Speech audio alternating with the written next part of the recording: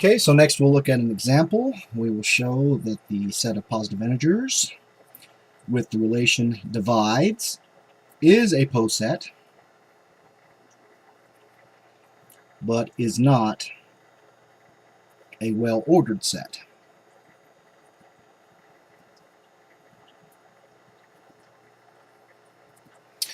Okay, first of all, we need to show that the relation divides is a partial ordering on the set of positive integers. Notice that the relation divides is not a total ordering.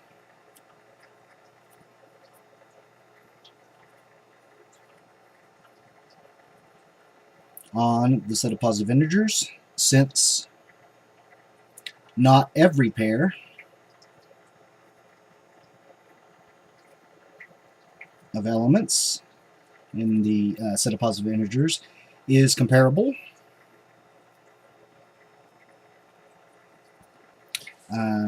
For instance, 2 does not divide 3. So the relation divides is a partial ordering.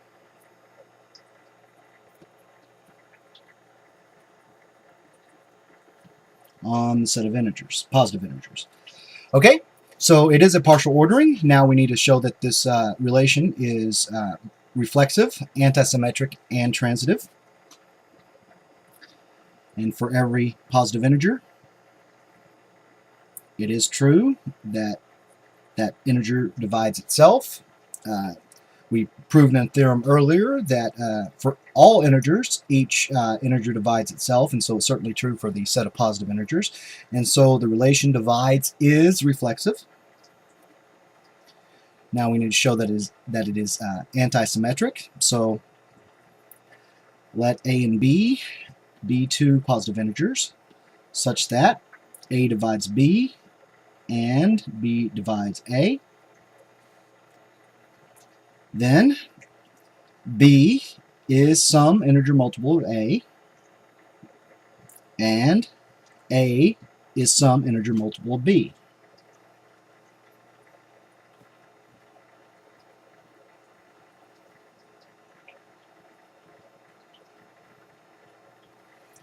Positive integer multiple. Okay, so we have that A is equal to B times F, where B is AE, so this is A times E times F, which is the same as A times EF. In other words, A is equal to some multiple of itself, and that multiple must be 1. So E times F is equal to 1. And this, of course, implies that E is equal to F, which is 1, because there are no positive integers, the multiple of which, E and F, the multiple, their product is equal to 1, except for the case E equals F equals 1. And so we have that A is equal to B. And so the relation divides is anti-symmetric. Okay, so now the third property that we have transitivity. Let A, B, and C be positive integers such that A divides B and B divides C. Then, by a theorem that we have already proven for the entire set of integers, we know that A divides C. And so the relation divides is reflexive, antisymmetric, and transitive, and so and is a partial ordering on the set of positive integers. And so the positive integers together with the relation divides is a poset. But as that ordering is not a total ordering, it fails the condition for a well-ordered set, and so is not a well-ordered set. And this is true even though any subset of the positive integers will contain a least element. So there are, again, two conditions for a well-ordered set. All right, so now we need to new definition. We will make a distinction between a minimal element and a least element in a poset. So let A together with some relation R be a poset.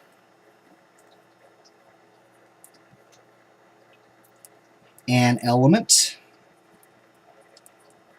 A in the set A is a minimal element in the poset if there does not exist a distinct element B in the set A such that B is related to A. And the element A is the least element in the poset if A is related to B for every element B in the set A. Okay, so let's look at an example to clarify the distinction between a minimal element and a least element. One thing to point out immediately, though, is that if the least element exists for a poset, then it is unique, so I'll state that as a remark. The least element is unique if it exists. Okay, so we'll look at an example.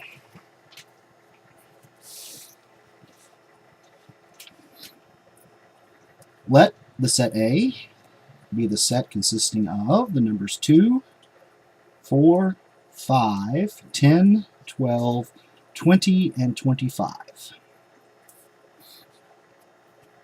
Then the poset consisting of the set A together with the relation less than or equal to is, has one minimal element, which is also the least element, and namely the number 2. So for this poset, it is true that 2 is less than or equal to 4, which is less than or equal to 5, which is less than or equal to 10, less than or equal to 12, less than or equal to 20, which is less than or equal to 25. So for every element B in the set A, it is true that 2 is less than or equal to that element. And so it is the least element. And there does not exist an element in the set A such that that element is less than or equal to 2. And so 2 is both a minimal element and the least element. It is, again, unique. And then we'll show that this set, together with the relation divides, has 2 minimal elements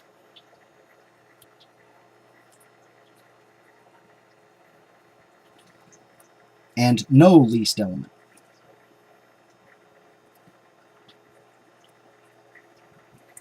Okay, so we need to look at how the elements in the set A compare with the relation divides. So we'll start with the number 2. The number 2 divides the number 4. The number 2 does not divide the number 5, nor does the number 4. So we start a new branch, 5. The number 5 does divide the number 10, as does the number 2. The number 4 does divide the number 12, as does the number 2. The number 10 and the number 5 both divide the number 20. And then we have the number 25, which is divisible only by the number 5 in this set. Also, the number 4 divides the number 20. So this is a diagram illustrating the how the numbers in the set A compare.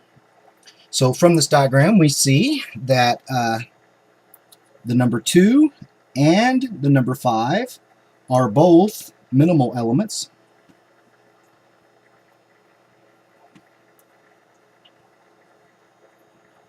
In the post set.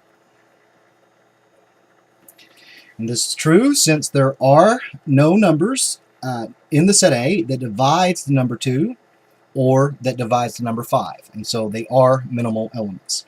And notice that they appear as the bottom elements in this diagram.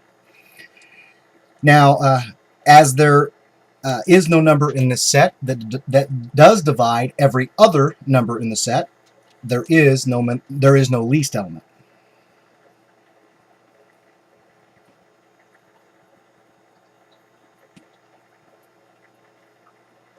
In the post set.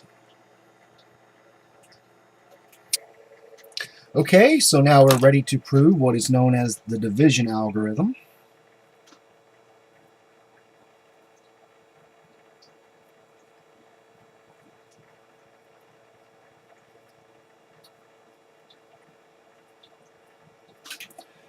Okay, so let A and B be two non-zero integers.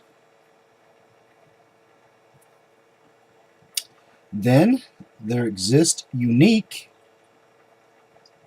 integers Q and R such that A is equal to B times Q plus R, and R is greater than or equal to 0 and strictly less than the absolute value of B. We call the integer Q the quotient, and R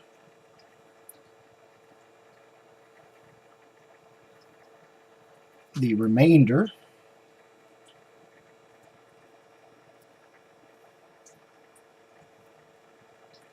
when the integer B is divided into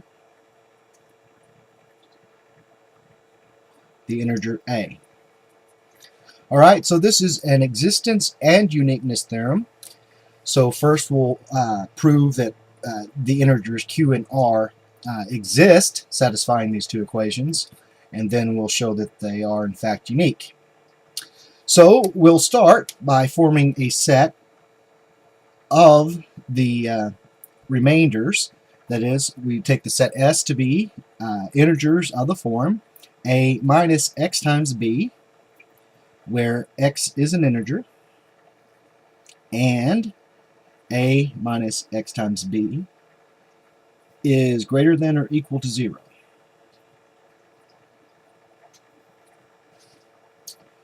So, again, if 0 is in this set S, then there exists some integer k such that A minus k times B is equal to 0. That is, A is equal to B times k. So B divides A, and so in particular A divided by B, or the ratio of A to B, is an integer. And so we have our number. A is equal to B times A over B plus 0. That is, the integer Q is the ratio of A to B, which is an integer, and our number R is 0. So now we look at the case that 0 is not in the set S. So if 0 is not in the set S, then this inequality becomes a strict inequality. That is, A minus x times B must be strictly greater than 0. And so S is a subset of the positive integers. We need to show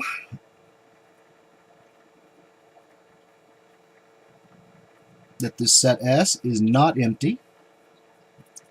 And so we have to consider 4 cases for the values of A and B, the signs in particular. So, first case, let's say that A is negative and B is negative. Then the number A minus negative 2A times B is the same as A plus 2A times B, which is A times the quantity 1 plus 2B. And this is a positive number, since A is a negative number, and 1 plus 2 times B is a negative number. And this is negative since B is negative, 2 times B is negative, and the magnitude of 2 times B is greater than the magnitude of 1, and so 1 plus 2 times B, which is again a negative number whose magnitude is greater than 1, is a negative number, and the product of 2 negative numbers is a positive number. And so this number, A minus negative 2 times A times B, is in the set S. Second case, we'll take A to be negative and B to be positive. Then the number A minus 2A times B is the same as A times the quantity 1 minus 2B. And this is a positive number, since A is negative and the number 1 minus 2B is negative. And this number is negative since B is a positive number. 2 times B is a larger positive number whose magnitude is greater than 1. So 1 minus that number is a negative number, and the product of 2 negative numbers is a positive number.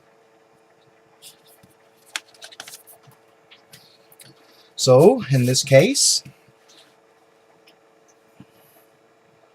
the number A minus 2 times A times the integer B is in the set S. So now we look at the case that A is positive and B is negative. Then once again, the number A minus 2 times A times B, which again is A times the quantity 1 minus 2B, is positive. And this is true since A is a positive number and the quantity 1 minus 2B is a positive number. Now this number is positive since B is negative. Negative 2 times B is then positive, and if we add 1 to a positive number, we still have a positive number, and the product of 2 positive numbers is positive. So this number, A minus 2A times B, is in the set S. Okay, so the last case we need to consider is the case that both A and B are positive. Then the number A minus negative 2A times B, the quantity negative 2A times B, once again is the number A plus 2A times B, which is A times the quantity 1 plus 2B, and this is positive since A is positive and 1 plus 2B is positive. B is a positive number, so 2 times B is positive. 1 plus a positive number is positive. The product of 2 positive numbers is positive. And so A minus the quantity negative 2A times B is in the set S. So we see that in any case,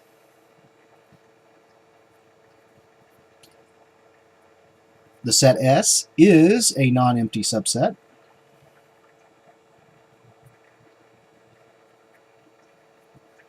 of the positive integers. And so by the well-ordering principle, it has a least element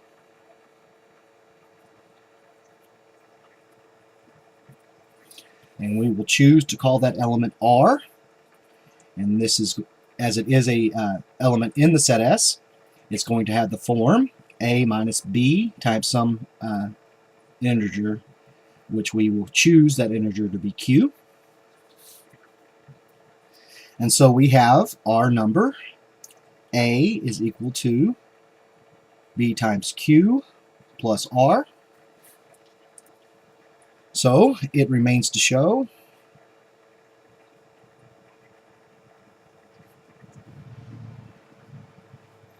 that, well, we know that r is greater than 0. It's a positive number, so we need to show that it is strictly less than the absolute value of the integer b. So, suppose to the contrary that it is not,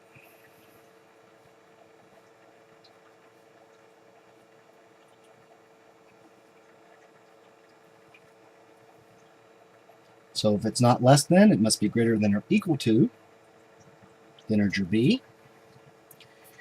And if we take that assumption, then r minus the absolute value of b is a positive number.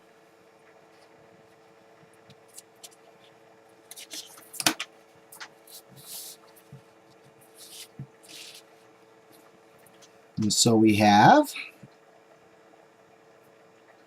r minus absolute value of b, which our number r is the number a minus q times b. And now subtract the absolute value of b. This is the number a minus the quantity q plus or minus 1 times b, where we choose q minus 1 if b is negative, and q plus 1 if b is positive. But in particular, we have that this number r minus the absolute value of b is in the set S, and this number r minus the absolute value of b is less than the number r. But r is the least element.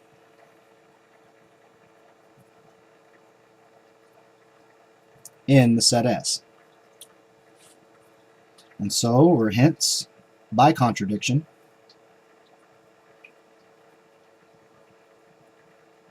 we have that r is strictly less than the absolute value of b.